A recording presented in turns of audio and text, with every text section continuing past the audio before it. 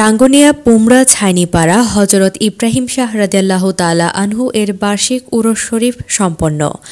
রাঙ্গুনিয়া উপজেলার পুমরা ইউনিয়নের ছাইনিপাড়া এলাকায় পীরে কামেল হজরতুল আল্লামা শাহ সুফি মাওলানা সৈয়দ ইব্রাহিম শাহ রাদিয়াল্লাহু তাআলা আনহু প্রকাশ বড় মাওলানা সাহেব এর বার্ষিক উরস অনুষ্ঠিত হয়েছে।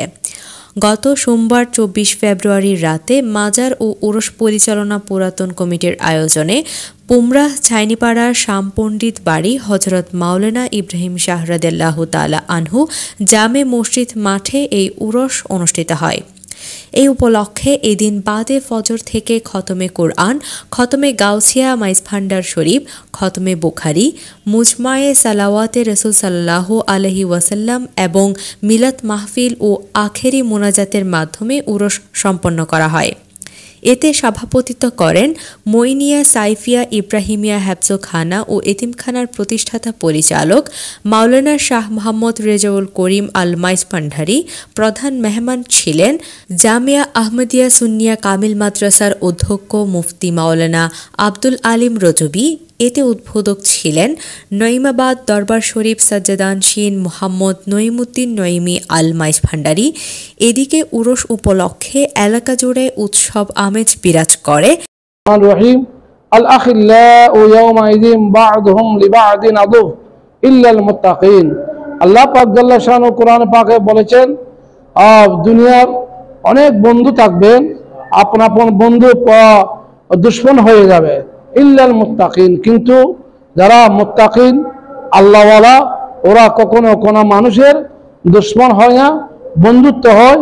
ওই মুত্তাকিন যারা ওরা কিয়ামতের ময়দানও এবং কবরও হাসরও সবসময় আল্লাহর বান্দাদের পাশে থাকে। আলহামদুলিল্লাহ। মাজার সহ আশেপাশের এলাকায় আলোকসজ্জা করা হয়। উরস উপলক্ষে মাজার জিয়ারতে হাজার হাজার ভক্ত অনুরাগী ঢল নামে। আগতদের রাতের খাবার দিয়ে আপ্যায়ন করা হয়। শেষে মিলাদ কিয়াম ও মুনাজাতের মাধ্যমে বিশেষ দোয়া করা হয়। উবাইদা খান সামিয়া, কর্ণফুলী টিভি।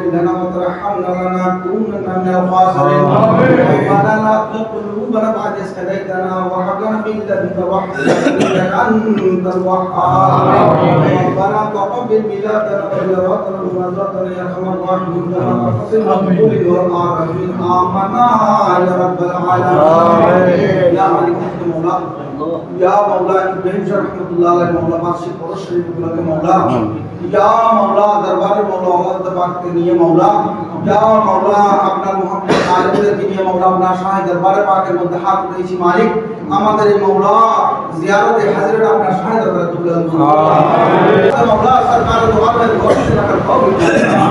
আমাদের হাজত আমি পূরণ করুন। আমিন। সাল্লাল্লাহু আলাইহি ওয়া সাল্লাম।